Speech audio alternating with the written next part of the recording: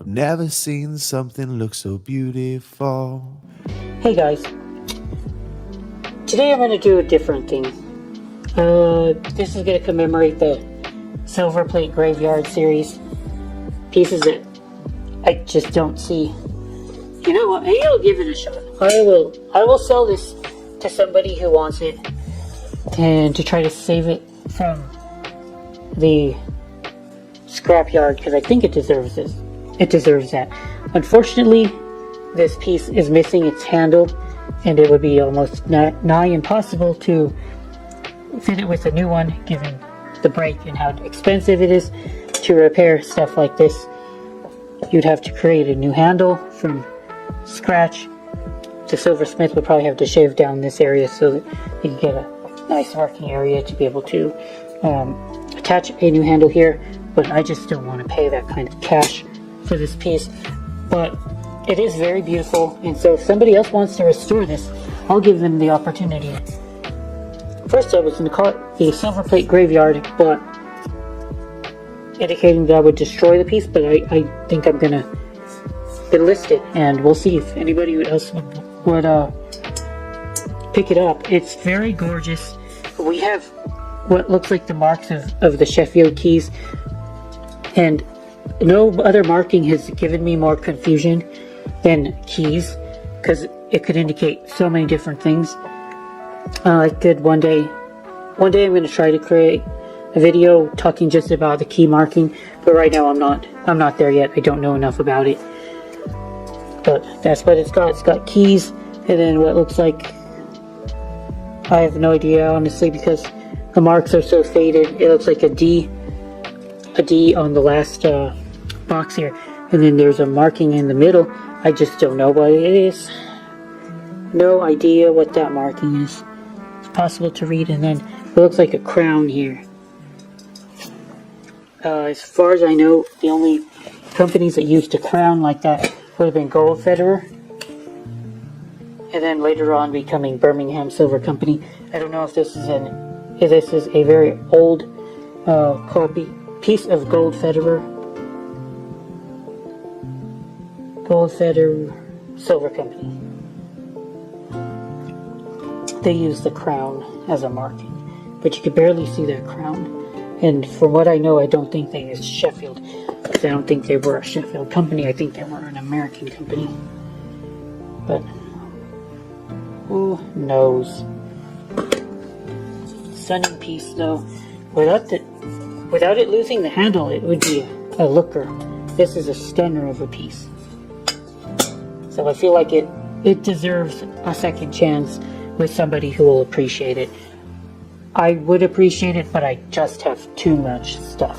Not enough room to display things. So there you go with that piece. Not gonna be destroyed just yet. Okay, so the reason why I'm showing you guys this piece is basically because of the pattern. It's pretty dang ornate as far as I've seen trays. The trim is really, really beautiful.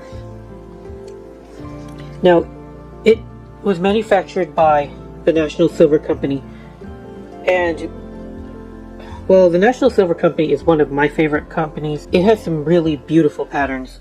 I'm always on the lookout for the pattern Narcissus, and I'm always on the lookout for the pattern Rose and Leaf. I've shown both patterns on my channel before, I believe, and they both go for quite a good premium. But this particular piece is using their line King Edward plate. And the funny thing about King Edward plate is it doesn't seem to be, well, it's not really as well selling as some of their other patterns here that they have. It's kind of unfortunate, because King Edward plate is also really beautiful too. Oh, also, usually I find flatware by National Silver Company, not really hollowware. It's a treat when I find it, and a lot of the time you find National Silver Co. teapots, and they're pretty plain, and they're just marked silver on copper.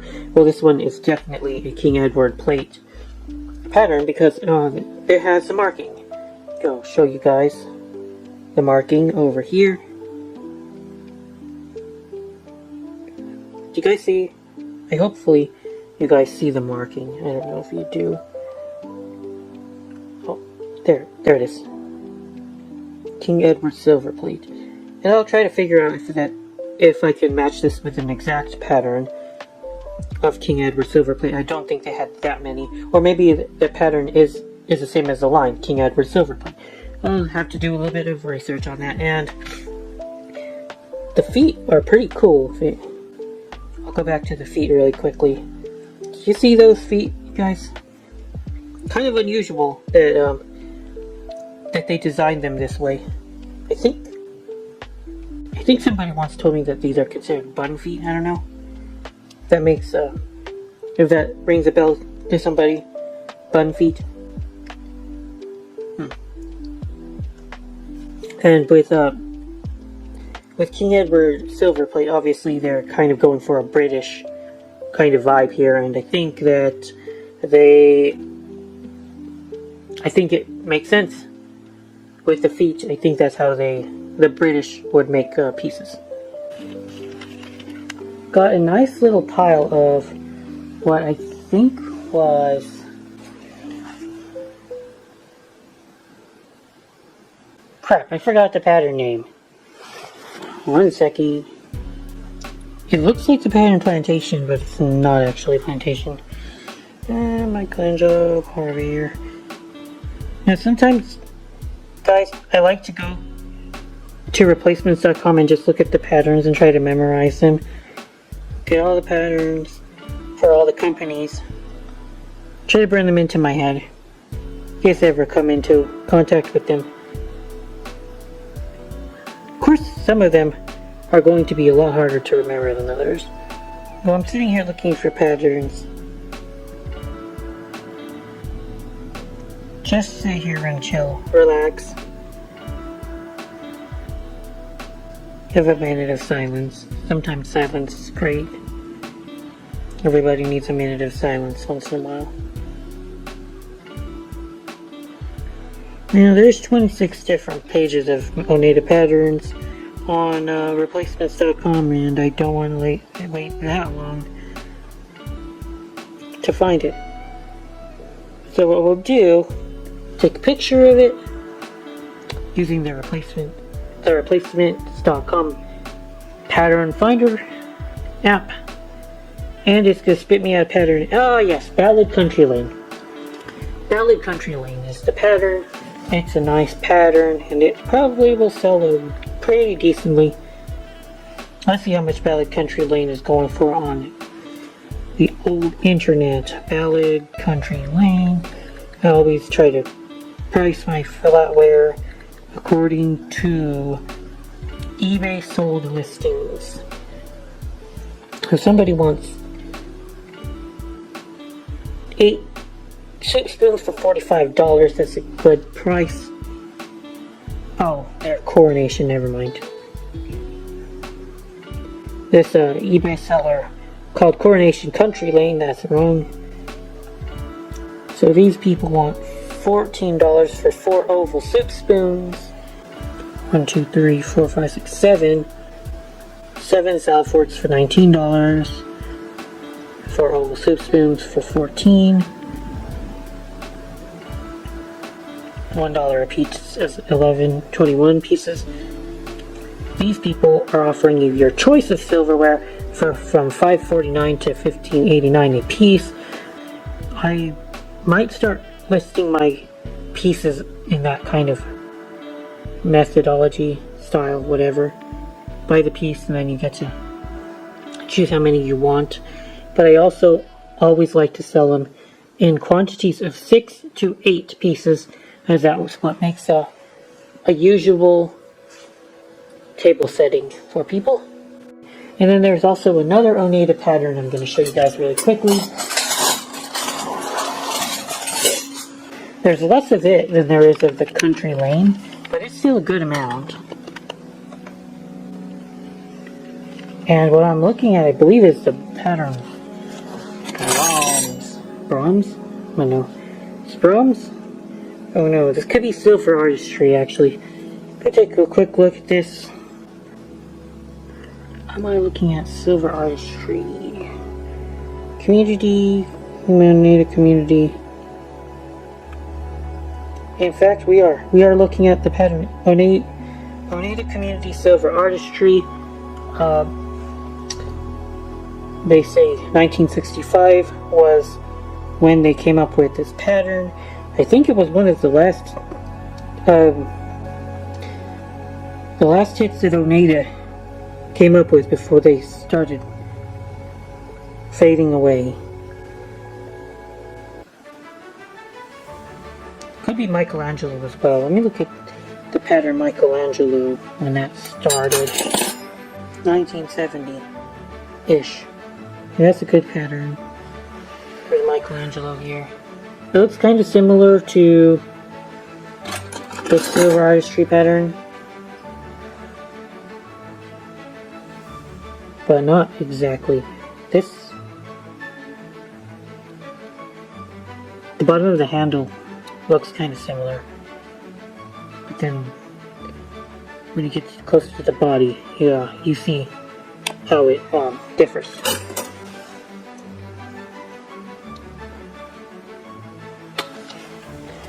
So a couple dollars each right there. Hopefully I'm going to be able to sell something. So I ended up finding some Michelangelo later on. I did pretty decent on it. Sold 8 tablespoons for $28. I think I could have gotten a little bit better of a price if I'd been willing to wait a little bit longer, but I took a offer, gave the buyer a decent discount to the $35 I was asking for, so they're happy, I'm happy. Just going to keep churning and burning when I can. And then also we found some flatware in the Baroque Rose pattern, and I put both of those patterns in my store. Just got to cross-list Etsy, and they probably will sell decently fast. So I thought I should show this little tea set here. It's not very often that I show pewter on this channel, but it does exist, and I like pewter. I do. I like the dull gray, not as much as silver plate, but sometimes you feel want to see something different, and pewter is pretty similar to silver plate in that both are kind of unloved right now. I feel like they're both underappreciated, and they're kind of sleeper. We're kind of sleeping on this stuff because tin is also a very valuable metal, and well, pewter is mostly tin anyway, and people don't quite appreciate the value of tin. It's like $20 in pure form. Most of it comes from Indonesia. I watched a documentary on how they get tin from Indonesia, and they do it from the oceans. They have to mine the oceans. It was very, very interesting. But anyway, because unfortunately a lot of the tin that I get in my boxes, they end up getting really damaged because it is way softer than silver. It's one of the softest metals there are, actually. I mean, as far as people working with the metal to make items. Of course, I'm fairly certain that sodium and calcium are softer metals than tin, but we're not making tea sets out of calcium and sodium, is what I'm trying to say. Anyway, this piece is in really good condition. There are not any major dents, and it's very rare that I can find tin or pewter tea sets that have the matching tray. So this one has the tray, and it happens to be the most famous or most common, I think, maker of pewter still here, and it's Royal Holland. So Royal Holland uses the name Daldarop as their product line, and we have it right here too. Royal Holland Pewter, made in Holland. So the Dutch make pewter. Kind of interesting.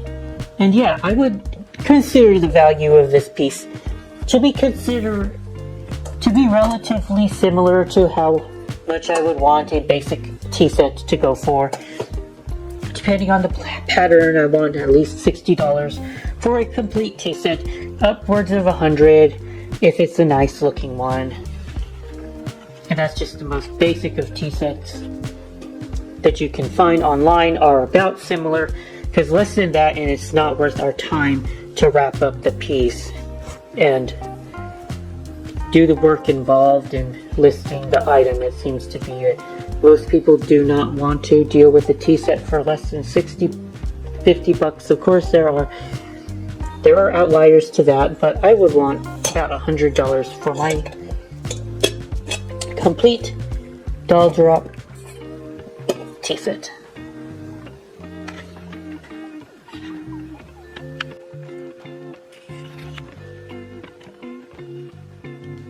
So I really wanted to look at this gorgeous piece of silver plate here.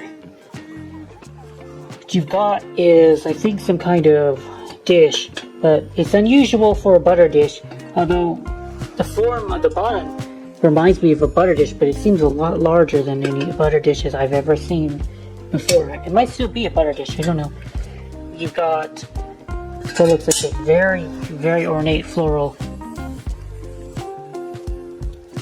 motif going around. It's not just, yeah, it's roses, and you got all kinds of different flowers. My goodness. The plating is in very good order. No problems with the plating here.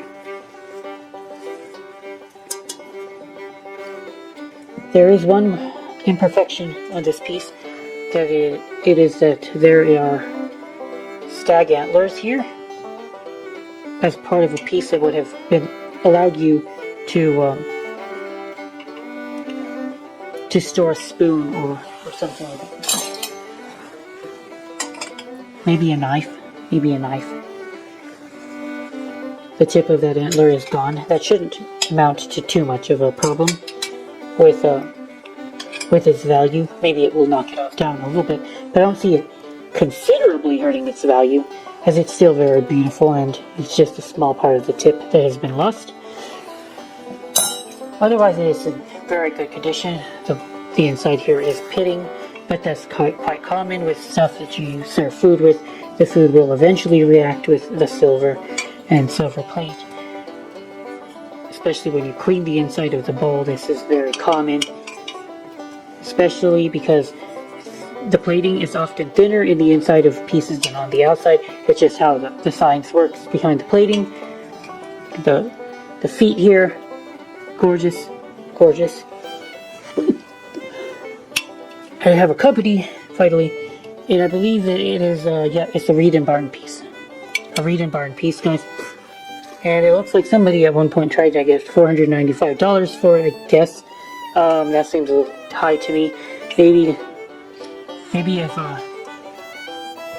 if silver plate is rightfully cherished and valued, then it would be worth $495. But the current market conditions, I would estimate that to be 80%, 60% too high.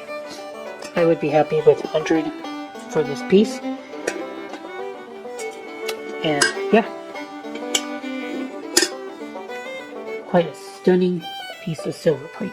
Hope you guys enjoyed it.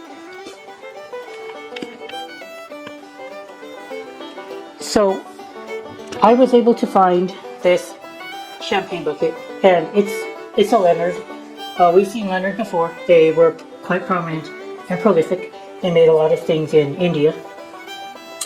But anyway, yeah, Leonard was a huge company back in the day. Maybe one of my older viewers will remember seeing Leonard in stores. But anyway, this is we've got ourselves a kind of rarer seen motif in America, which is the ring handle for a champagne bucket. I've showed you guys plenty of champagne buckets that usually the handles aren't like rings with a cat's face as a handle, but I think it's because the motif just didn't stick with America. So stuff that was Georgian didn't really make much of an impression on Americans. So you don't see this style very much. Now it's got a couple dents here, little bitty dents, and there's one in the body somewhere along the line here. I saw one. Can't notice it very well easily. Where is that damn dent? Oh, right here. Got a dent right here as well, and they're not huge deals. I think they give the piece a little bit of character, really. And the plating is in good shape. A little bit of plating is flaking off on the bottom rim here. That's okay. I don't think that these imperfections really affect the price too much, because it is kind of hard to find this bucket. Somebody wants like $500 for their bucket. I don't know if I'm going to get that much, but I can see $125. Even in this condition with the few minor imperfections we see. I hope the buyer doesn't think it's too big of a deal. And I did polish it up a little bit. It came to me very, very tarnished, and I don't think they would have sold very easily like this. But the way it is, it's still showing some tarnish, but at least we can see it's silver again. Yeah, Leonard champagne bucket with ring handles. Very, very cool. And the marking is amazing. We see that very clearly. Yeah.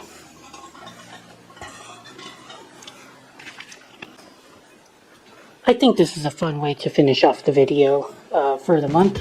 And I have ourselves a little bowl here. Paul Revere bowl. If you guys watch my channel, you should know that this is very common in silver plate. They made so many. And normally this is worthless. Basically, this is worth as much as a bowl is. If you want a bowl, you need a bowl, buy a bowl. Cheapest bowl wins, really. But here we have Caesar's Palace. Here you go. It's engraved with Caesar's Palace here. I don't think that anybody would counterfeit this, but I don't know. You know, you buy a bunch of bowls for $3 and then engrave Caesar's Palace on them and sell them for $20.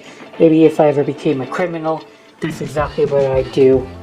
So, to any future law enforcement watching my videos right now, if you ever see counterfeit Caesar's Palace bowls starting to float around the gray market, or the black market, you know where to look. So, anyway, I don't know how much this is worth. People will pay like $20 maybe for touristy things like this. What happens in Vegas stays in Vegas, all that stuff. Yeah, and we got FB Rogers Paul Revere reproduction on the bottom, as you tend to see sometimes. Okay, that's it for November, guys.